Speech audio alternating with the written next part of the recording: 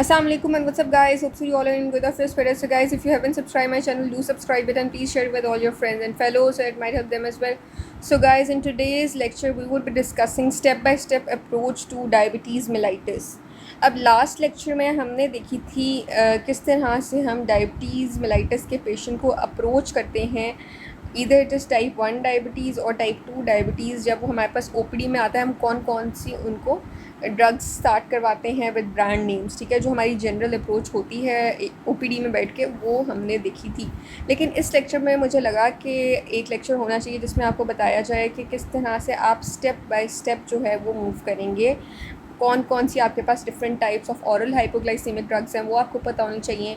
Then what are the types of insulins वो आपको पता होनी चाहिए, ठीक है। Then what are the different regiments of insulins वो आपको पता होनी चाहिए, ठीक है। So all this we will be discussing in this video, ठीक है। अब हमारे पास सबसे पहले तो डायबिटीज़ की डायग्नोसिस आप किस तरह से करते हैं, आपने लास्ट जो वीडियो थी उसमें देखा था, हमने पढ़ा था, उसमें यही था कि रैंडम ग्लूकोज टेस्ट अगर उसमें आपके पास 200 mg/dl से ग्रेटर या इक्वल वैल्यू हो along with the symptoms of diabetes तो हम डायबिटीज़ लेबल कर देते हैं पेशेंट को, ठीक है। या फिर अगर उसकी फास्टिंग ग्लूकोज टेस्ट जो है उसमें वैल्यू इज़ ग्रेटर देन और equal to 125 mg/dl on 2 occasions तो फिर भी हम पेशेंट को लेबल कर देते हैं दैट ही और she is a diabetic patient now. या अगर उसकी HbA1c का जो लेवल है या जो परसेंटेज है दैट इज़ ग्रेटर देन और इक्वल टू 6.5% तो फिर हम लेबल कर देते हैं पेशेंट को एज अ डायबिटिक, ठीक है। 3 मंथ्स का रिकॉर्ड पेशेंट का बता रहा होता है ये टेस्ट HbA1c का, ठीक है। और इसकी वैल्यू अगर 6.5% के इक्वल या उससे ज़्यादा हो तो फिर हम पेशेंट को कहते हैं दैट ही और शी इज़ डायबिटिक, ठीक है। So this was basically the diagnosis of a diabetic patient, ठीक है।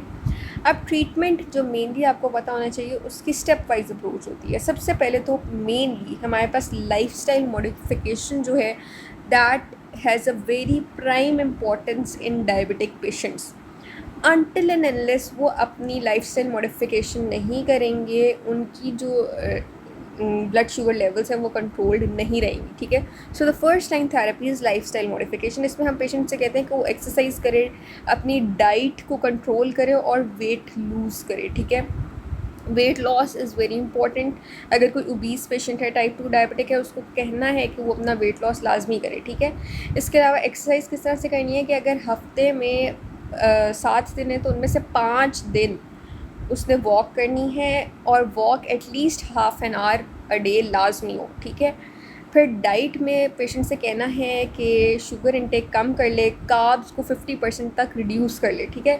So this is the lifestyle modification जिसके बारे में हम पेशेंट को काउंसिल करेंगे कि आपने शुगर्स कार्ब्स का इंटेक कम करना है और आपने कोशिश करना है कि you should eat fruits, fibrous fruits specially, और वेजिटेबल्स आप खाएँ, ठीक है। अच्छा, अगर आपने ये सारी उसको फर्स्ट लाइन थेरेपी जो कि लाइफ स्टाइल मॉडिफिकेशन के बारे में आपने उसको काउंसिल किया, ठीक है। और साथ में पेशेंट से कहा कि आपने अपना अब HbA1c लेवल्स करवाना है और फिर हमारे पास आना है आफ्टर 3 मंथ्स। अगर 3 मंथ्स के बाद पेशेंट आता है और उसका जो टारगेट है मतलब HbA1c का that is not less than 7। Normally हम डायबिटिक पेशेंट को लेबल करते हैं जब HbA1c जो है उनका ग्रेटर देन या इक्वल टू 6.5% हो, लेकिन अगर टारगेट पेशेंट का अचीव हो जाता है लेस दैन 7% भी आफ्टर 3 मंथ्स फिर भी हम कहते हैं कि it is okay, it is in normal range. क्योंकि अगर पेशेंट ज़्यादा 7% से नीचे चला गया उसका टारगेट HbA1c का आफ्टर टेकिंग द ट्रीटमेंट तो may be the patient can go in hypoglycaemia, ठीक है। Specially with medications and insulin जो है वो ज़्यादा देखा गया, इसलिए हम एक टारगेट जो पेशेंट को बताते हैं कि आपका HbA1c after 3 months should be less than 7%, ठीक है। सो हमने इसलिए थोड़ा सा लीनियंट टारगेट रखा होता है। अच्छा, अब 3 मंथ्स के बाद जब पेशेंट HbA1c चेक करवा के आता है आपके पास, अगर अभी भी उसका HbA1c 7% से मतलब ज़्यादा होता है तो फिर हम पेशेंट को अब ऑरल हाइपोग्लाइसीमिक ड्रग्स में मेटफॉर्मिन स्टार्ट करवा देते हैं, ठीक है। अब आपने याद रखना है कि मेटफॉर्मिन बेसिकली एक्ट करता है लिवर पे और ये हेपेटिक ग्लूकोनियोजेनेसिस को कम करता है, इनहिबिट करता है, ठीक है। अब हमारे पास क्योंकि मेटफॉर्मिन की जो एक्सक्रीशन है दैट इज़ थ्रू किडनीज़, तो आपने कोशिश करनी है कि मेटफॉर्मिन को अवॉइड करना है in the patients of renal failure, क्योंकि रीनल फेलियर वाले पेशेंट्स में metformin causes lactic acidosis. That's why you would start metformin as a hypoglycemic drug in the patients who are not suffering from any renal disease। ठीक है, अब हमारे पास metformin का एक side effect होता है कि ये डायरिया कॉज करती है, लेकिन जो डायरिया होता है ना मेटफॉर्मिन की वजह से, वो सेल्फ लिमिटिंग होता है। ठीक है, खुद ब खुद ठीक हो जाता है। अच्छा, अब हमने सबसे पहली हमारी जो ट्रीटमेंट की अप्रोच थी, उसमें फर्स्ट लाइन थेरेपी थी लाइफस्टाइल मॉडिफिकेशन। फिर हमने पेशेंट को कहा कि आपने 3 मंथ्स बाद अपना HbA1c के लेवल्स चेक करवा के हमारे पास दोबारा आए। जब वो दोबारा अभी भी उसकी अगर HbA1c 7% से ज़्यादा है, मतलब नॉर्मल रेंज में नहीं आया, लेस देन 7% नहीं गया, तो फिर हमने उसको मेटफॉर्मिन स्टार्ट करवा दी। मेटफॉर्मिन का मैंने आपको बताया कि किस तरह से वो लिवर में जो है हेपेटिक ग्लूकोनियोजेनेसिस को इनहिबिट करता है, और इसकी क्योंकि रीनल एक्सक्रीशन है तो इसको हमने रीनल फेलियर वाले पेशेंट्स में अवॉइड करना है, क्योंकि ये उनमें लैक्टिक एसिडोसिस कॉज करता है। और इसकी साइड इफेक्ट क्या है? डायरिया है, और डायरिया जो इसकी वजह से होता है दिस इज सेल्फ लिमिटिंग। अच्छा, मेटफॉर्मिन स्टार्ट करवाने के बाद अब हमने पेशेंट से कहना है कि अब वो 3 मंथ्स के बाद दोबारा आएगा अलॉन्ग विद HbA1c लेवल्स। ठीक है, उसने दोबारा से अपने HbA1c लेवल्स करवाने हैं। अब जब वो हमारे पास दोबारा आता है और उसके HbA1c लेवल्स अभी भी अगर 7% से ज़्यादा हैं, तो फिर हम क्या करते हैं कि हम एक सेकेंड ड्रग ऐड करते हैं टू मेटफॉर्मिन। ठीक है, फॉर एग्जांपल हम मेटफॉर्मिन के साथ सल्फोनाइल यूरियाज ऐड कर देते हैं। लेकिन अब हम कौन सी ड्रग्स मेटफॉर्मिन के साथ ऐड कर सकते हैं as a second line drug? So हमारे पास ये अदर एंटी डायबिटिक ड्रग्स हैं। इनमें हमारे पास पहली क्लास आती है सल्फोनाइल यूरियाज की।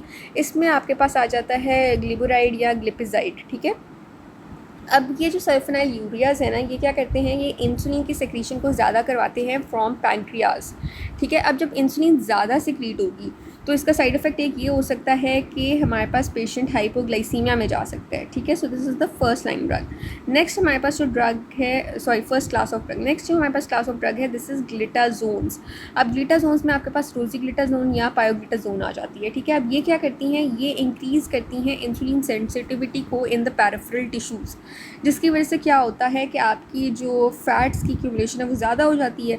और इसका साइड इफ़ेक्ट फिर ये होता है क्योंकि फैट्स अब ज़्यादा हो रहे हैं तो वेट गेन होने के चांसेस बढ़ जाते हैं। ठीक है, ड्यू टू ग्लिटाजोन्स। ठीक है, next class of drug is SGLT2 inhibitors.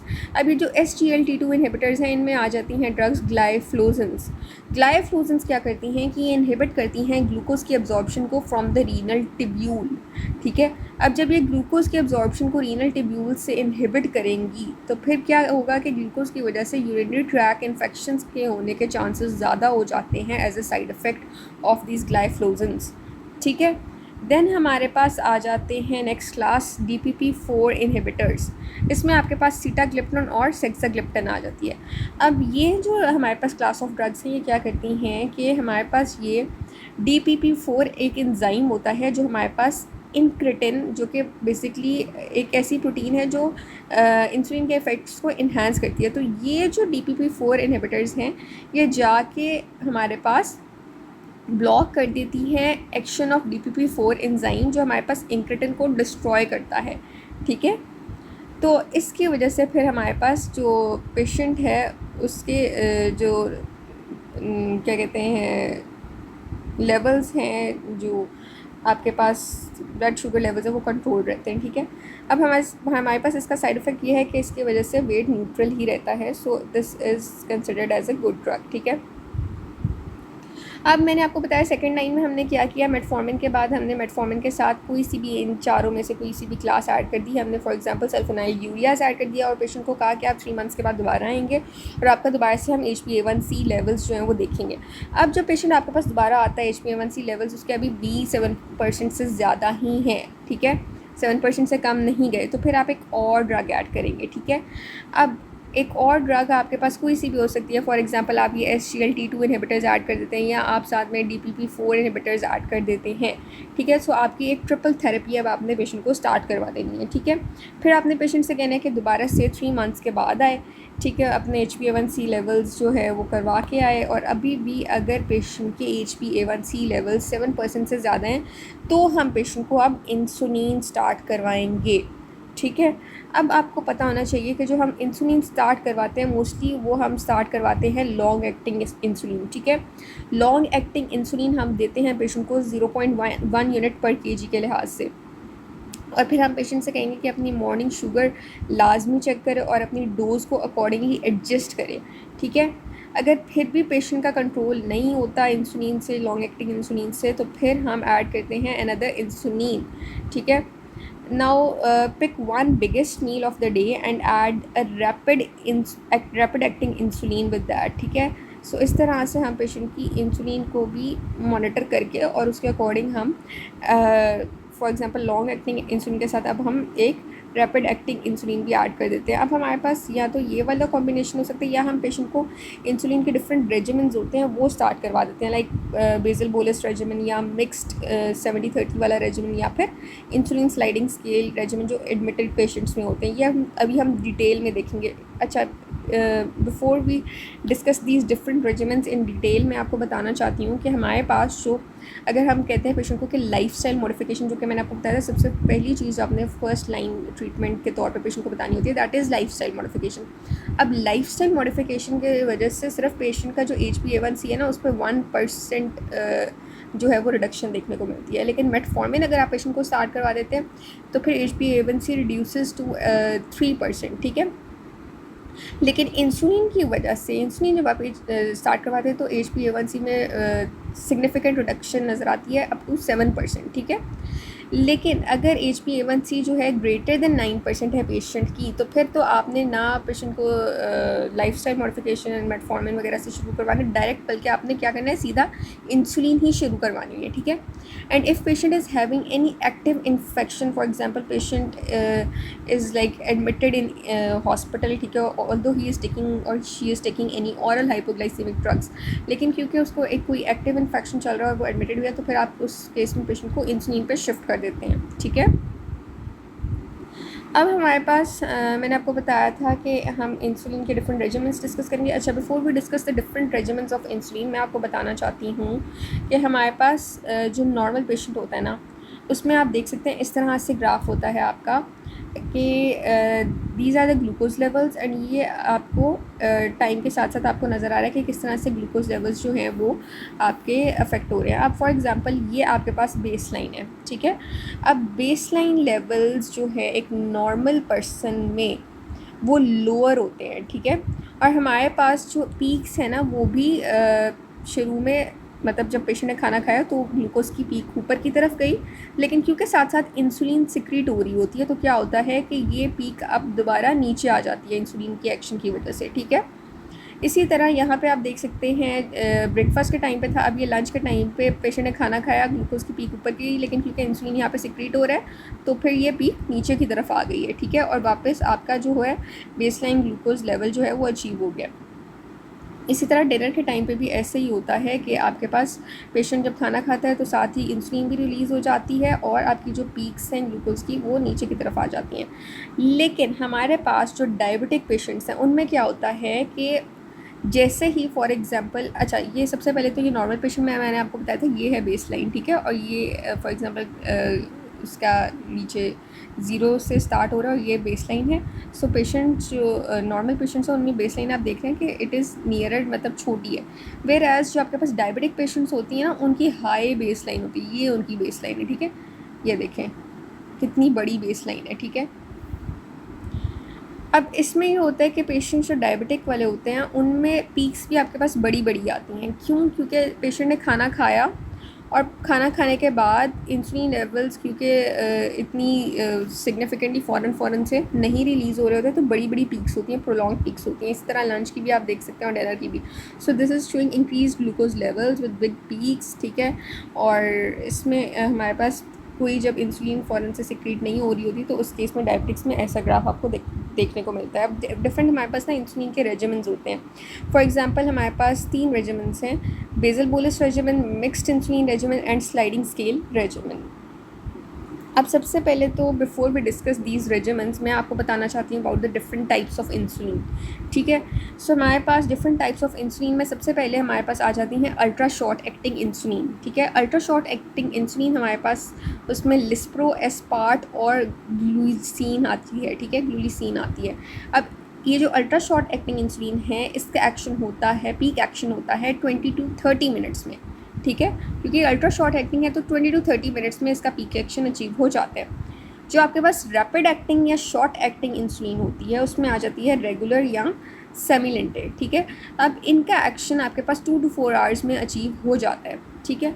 अब आपने ये चीज़ याद रखनी है कि ये जो दोनों अल्ट्रा शॉर्ट एक्टिंग और रैपिड एक्टिंग या जिसको आप शॉर्ट एक्टिंग भी कहते हैं, ये जो दोनों इंसुलिन्स हैं ये फ़ौरन से अपनी पीक तो अटेन कर लेती है, लेकिन इनका ड्यूरेशन ऑफ एक्शन जो है वो आहिस्ता आहिस्ता होता है, ठीक है।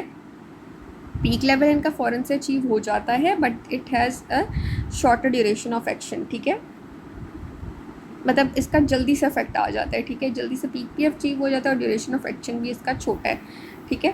वेयर एज हमारे पास जो इंटरमीडिएट जो नेक्स्ट टाइप है इंसुलिन की, third type, that is intermediate acting insulin, इसमें NPH और लेंटे आ जाते हैं, ठीक है। इनका duration of action 12 to 18 hours तक होता है और पीक एक्शन इनका होता है 6 to 12 आवर्स में, ठीक है। मतलब ये आपके ब्लड में एटलीस्ट 12 से 18 आवर्स तक रहती हैं ये जो इंटरमीडिएट एक्टिंग इंसुलिन्स हैं, ठीक है। लेकिन इनका जो पीक एक्शन होता है वो आपको 6 to 12 आवर्स के बाद नज़र आ जाता है, ठीक है। उसके बाद नेक्स्ट टाइप होती है लॉन्ग एक्टिंग इंसुलिन, ठीक है। लॉन्ग एक्टिंग इंसुलिन में ग्लार्जिन या रेटिमर आ जाता है। इसका ड्यूरेशन ऑफ एक्शन होता है अप टू 24 आवर्स, ठीक है। मतलब ये 24 आवर्स तक ब्लड में रहती हैं, ठीक है। अब आपने याद रखना है कि हमारे पास ये जो इंटरमीडिएट और लॉन्ग एक्टिंग इंसुलिन्स हैं इनका पीक तो आहिस्ता आहिस्ता अचीव होता है, लेकिन इनका ड्यूरेशन ऑफ एक्शन लंबा है, ठीक है। ये ज़्यादा देर ब्लड में रहती हैं और इनकी पीक भी थोड़ी देर बाद अचीव होती है, ठीक है। अच्छा, उसके बाद हमारे पास अब हम रेजिमेंट्स डिस्कस कर लेते हैं। तो सबसे पहले रेजिमेंट मैंने आपको बताया था हमारे पास 3 रेजिमेंट्स हैं, basal bolus regiment, mix regiment और स्लाइडिंग स्केल रेजिमेंट। सबसे पहला रेजिमेंट है हमारे पास बेसल बोलस रेजिमेंट, ठीक है। अब बेसल बोलस रेजिमेंट में हमारे पास मैंने आपको बताया जैसे सबसे पहले आपके पास ये ग्राफ है, ये आपके पास बेस लाइन है, ठीक है। सो एक हम ऐसी इंसुलिन देते हैं बेसल बोलस रेजिमेंट में जो एक बेसल डोज होती है और दूसरी बोलस डोज होती है, ठीक है। बेसल डोज क्या करती है कि ये जो ग्राफ है इसको यानी बेस लाइन पे मेंटेन रखती है, ठीक है। पेशेंट की जो ग्लूकोज लेवल्स है उसको बेस लाइन पे मेंटेन रखती है, ठीक है। अब ये बेसल डोज हम देते हैं शाम के वक्त, मतलब एक लॉन्ग एक्टिंग इंसुलिन आप पेशेंट को स्टार्ट करवाते हैं जो उसने रात में लगानी होती है और वो उसकी बेसल डोज होती है जो बेस लाइन को मेंटेन रखती है। फिर एक होती है बोलस डोज। अब बोलस डोज में हम देते हैं पेशेंट को अल्ट्रा शॉर्ट एक्टिंग इंसुलिन, ठीक है, और वो पेशेंट ने लेनी होती है बिफोर एवरी मील, ठीक है। ये आपके पास ब्रेकफास्ट का ग्राफ था, ये लंच का था और ये डिनर का था। अब हर मील से पहले 1, 2, 3 हर मील से पहले पेशेंट ने ये बोलस डोज लेनी होती है of ultra short acting insulin, ठीक है। लेकिन साथ साथ पेशेंट ने चेक करना होता है हर मील से पहले अपना ग्लूकोज भी, अपना इंसुलिन स्टेटस भी और अपना जो खाना है उसको भी देखना है कि क्या खा रहा है, ठीक है। हर मील से पहले उसने ये 3 चीज़ें भी करनी होती हैं, ठीक है। अब आपने याद रखना है कि अगर पेशेंट जो है वो इंसुलिन लगा रही हैं मतलब हर खाने से पहले, तो उसने खाना लाजमी खाना है, ठीक है। 3 टाइम अगर वो इंसुलिन लगा रहा है, ये बोलस शॉट्स ले रहा है, तो उसके साथ खाना लाजमी खाना है, वरना वो हाइपोग्लाइसीमिया में जा सकता है, ठीक है। अब ये जो बेसल बोलस रेजिमेंट है ना, ये है तो वैसे आइडियल वे आपके जो ग्लूकोज लेवल्स हैं उनको कंट्रोल में रखने का। आइडियली हमें यही पेशेंट को देना चाहिए, लेकिन ये पेशेंट्स के लिए बहुत मुश्किल हो जाता है क्योंकि पेशेंट को एक तो 4 बार वैसे इंसुलिन की प्रिकिंग होती है बॉडी में, मतलब एक बेसल डोज जो आपने रात को पेशेंट को इंजेक्ट करनी है, उसके बाद हर मील के साथ उससे पहले एक बार इंसुलिन की इंजेक्टिंग डोज, ठीक है। फिर इसके अलावा 4 तो यही प्रिकिंग होगी। उसके बाद फिर शुगर चेक करने के लिए भी पेशेंट ने अपने आप को 3 times before every meal prick करना है, ठीक है। तो patient has to at least 7 to 8 times prick his or her body in case of per day in case of basal bolus regiment. तो ये पेशेंट के लिए बहुत मुश्किल हो जाता है, इसलिए वो पेशेंट्स इस वाले जो रेजिमेंट है इसको फॉलो करना पसंद नहीं करते, ठीक है। और वैसे भी अगर पेशेंट ने अगर कोई मील स्किप किया और इंसुलिन लगा ली तो पेशेंट हाइपोग्लाइसीमिया में भी जा सकता है। तो ये थोड़े से जो है ना इसके फ्लॉज हैं इस बेसल बोलस रेजिमेंट के। Otherwise this is very good to achieve the normal glycemic control, ठीक है। अब आपको पता होना चाहिए कि टोटल डेली इंसुलिन जो आपने यूनिट्स कैलकुलेट करे होते हैं that should be 0.3 to 0.5 units पर केजी, ठीक है। उसमें से हमारे पास बेसल 50% होता है और 50% बोलस होता है, ठीक है।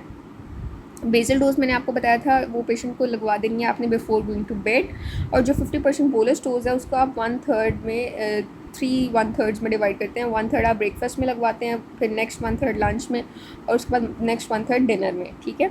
इस तरह से हम पेशेंट को बेसल बोलस रेजिमेंट के थ्रू ट्रीट करते हैं basal bolus regimen of insulin. Next हमारे पास रेजिमेन है मिक्स्ड रेजिमेन, ठीक है। इसमें हमारे पास क्या होता है कि हमारे पास एक हम पेशेंट को देते हैं इंटरमीडिएट एक्टिंग इंसुलिन, दूसरी हम पेशेंट को देते हैं रैपिड एक्टिंग इंसुलिन का कॉम्बिनेशन, ठीक है। अब आपको पता होना चाहिए कि जो इंटरमीडिएट एक्टिंग इंसुलिन है इसको रेजिमेन में, मिक्स रेजिमेन में, that is basically mimicking the basal regiment, ठीक है। मतलब हमने देखा था ना बेसल बोलस रेजिमेंट में वो हमारे पास बेस लाइन को मेंटेन करी थी। सो यही जो आपके पास इंटरमीडिएट एक्टिंग इंसुलिन होती है ना इस मिक्स रेजिमेंट में, ये हमारे पास बेसल रेजिमेंट को मिमिक कर रही होती है। पर जो रैपिड एक्टिंग इंसुलिन होती है मिक्स रेजिमेंट में, वो हमारे पास मिमिक कर रही होती है बोलस रेजिमेंट को, ठीक है।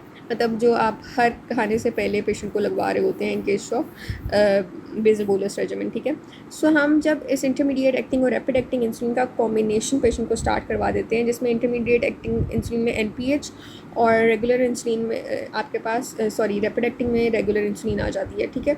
एनपीएच 70% हम पेशेंट को स्टार्ट करवाते हैं और जो रेगुलर या रैपिड एक्टिंग है वो 30%, और इसका कॉम्बिनेशन बेसिकली 70-30 मिक्सटार्ड इंसुलिन जो आपने सुना होगा पेशेंट्स बहुत कॉमनली यूज़ करते हैं, क्योंकि हम यही वाली जो रेजिमेन है ना पेशेंट्स को दे रहे होते हैं, क्योंकि ये पेशेंट्स जो है इससे काफ़ी कंफर्टेबल होते हैं। अब इसमें आप देख सकते हैं कि पेशेंट्स की जो ग्लूकोज़ की पीक है वो इस तरह से होती है, ठीक है। बेसल बोलस रेजिमेन में तो ऐसी थी ना बिल्कुल नॉर्मल की तरह, ठीक है, लेकिन इसमें थोड़ी सी डिफरेंट होती है, मतलब ऐसे होती है क्योंकि इसमें पेशेंट को आप हाइपोग्लाइसीमिया तो प्रिवेंट कर रहे हो तो, लेकिन पेशेंट जो है ना अक्सर हाइपरग्लाइसीमिया में जो है परसिस्टेंट हाइपरग्लाइसीमिया पेशेंट को रहता है, तो इस वजह से इसका कुछ ग्राफ जो है ना वो ऐसा है। अब क्यों है, क्योंकि पुअर ग्लूकोज कंट्रोल जो है इसकी वजह से थोड़ा बहुत रहता है इस रेजिमेन की वजह से, लेकिन इसको प्रेफर इसलिए किया जाता है क्योंकि पेशेंट्स कंफर्टेबल होते हैं। सिर्फ 2 टाइम्स पेशेंट्स ने इंसुलिन के लिए अपनी बॉडी में इंजेक्ट करना होता है, एक बार सुबह एक बार शाम को, और दूसरा उन्होंने ग्लूकोज चेक भी सिर्फ 2 टाइम चेक करनी होती है इस रेजिमेन के केस में, एक बार सुबह और एक बार शाम। तो टोटल सिर्फ 4 टाइम्स अ डे उन्होंने अपनी बॉडी में प्रिकिंग करनी होती है ड्यू टू दिस रेजिमेन, ठीक है। अगर वो इस रेजिमेन को फॉलो करें तो इस वजह से पेशेंट्स जो है इनको ये वाला रेजिमेन आसान लगता है। इट ऑल्सो प्रिवेंट्स हाइपोग्लाइसीमिया, इसकी वजह से पेशेंट हाइपोग्लाइसीमिया में नहीं जाता, लेकिन परसिस्टेंट हाइपरग्लाइसीमिया ज़रूर कुछ पेशेंट्स में इसकी वजह से रहता है, ठीक है। So that is why patients mostly follow this mixed regimen, ठीक है।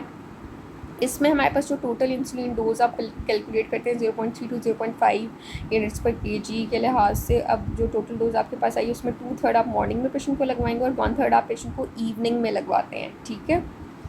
So this was about the mixed regimen. Next हमारे पास जो रेजिमेन है ना, this is sliding scale regimen. अब जो स्लाइडिंग स्केल रेजिमेन है इसमें आप पेशेंट का ब्लड शुगर चेक करते हैं, ठीक है, 4 टाइम्स अ डे चेक करेंगे 5 to 6 hours apart before every meal, और फिर आप इंसुलिन देते हैं based on their sugar levels, ठीक है। मोस्टली इस केस में स्लाइडिंग स्केल इंसुलिन के केस में हम रैपिड एक्टिंग जो इंसुलिन है ना वो देते हैं, ठीक है। अब जितनी हायर शुगर लेवल्स होंगे बिफोर द मील उतनी आप ज़्यादा जो है इंसुलिन डोज देते हैं बिफोर द मील, ठीक है। मोस्टली ये वाला जो रेजिमेन है स्लाइडिंग स्केल रेजिमेन, इसको हम एडमिटेड पेशेंट्स में जो वार्ड्स में एडमिट होते हैं हॉस्पिटल्स में उनमें देते हैं, ठीक है। अब इसका ये स्लाइडिंग स्केल इस तरह से है, फॉर एग्जांपल पेशेंट का 61 to 150 mg/dl ग्लूकोज लेवल है, ब्लड शुगर लेवल है, तो उसमें कोई इंसुलिन आप नहीं देंगे। 151 to 200 mg/dl उसका ग्लूकोज लेवल है तो आप 3 यूनिट्स लगा देंगे पेशेंट को। फिर 201 to 250 mg/dl उसका ग्लूकोज लेवल है तो आप 5 यूनिट्स लगा देंगे। 251 to 300 mg/dl उसका ग्लूकोज लेवल है तो आप 8 यूनिट्स लगा देंगे। देन अगर उसका 301 to 350 mg/dl ग्लूकोज लेवल है तो आप 10 यूनिट्स लगा देंगे। अगर पेशेंट का ग्लूकोज लेवल 351 to 400 mg/dl है तो आप उसको 12 यूनिट्स लगवाएंगे, और अगर ग्रेटर देन 400 mg/dl है तो आप 15 यूनिट्स लगा देंगे, ठीक है।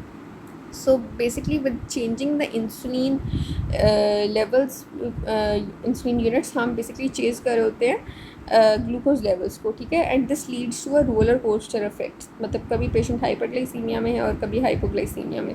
सो the better way of using sliding scale insulin is combining it with basal bolus insulin, ठीक है। बेसल बोलस इंसुलिन में मैंने आपको बताया था ना कि बेसल इंसुलिन में लॉन्ग एक्टिंग इंसुलिन है और बोलस में हमारे पास अल्ट्रा शॉर्ट एक्टिंग इंसुलिन का हम कॉम्बिनेशन देते हैं। बेसल में जो लॉन्ग एक्टिंग है रात को हम देते हैं और बोलस में हम हर मील से पहले हम ultra short acting insulin patient को देते हैं। सो ये हम देते हैं in combination with sliding scale insulin, ठीक है। अब बेसल बोलस इंसुलिन की फ़िक्स डोज होती है, ठीक है, 0.1 टू 0.2 यूनिट्स पर केजी से आप कैलकुलेट कर लें और साथ स्लाइडिंग स्केल इंसुलिन शुरू करवा दें, ठीक है, ताकि पेशेंट का जो रोलर कोस्टर इफेक्ट है, ठीक है, इसको कंट्रोल किया जा सके, ठीक है। So you check the sugar levels of the patient before meal. If the patient has still higher sugar levels, तो फिर आप उसको स्लाइडिंग स्केल इंसुलिन दे देते हैं with each bolus of the basal bolus regiment, ठीक है। इस तरह से हमारे पास डिफरेंट रेजीम्स थी, मैंने आपको सारी बता दी हैं। आई होप आपको बहुत अच्छे से जो है ये stepwise approach, all the types of all hypoglycemic drugs and all the types of insulin along with regimes आपको समझ आ गई है। Thanks for watching.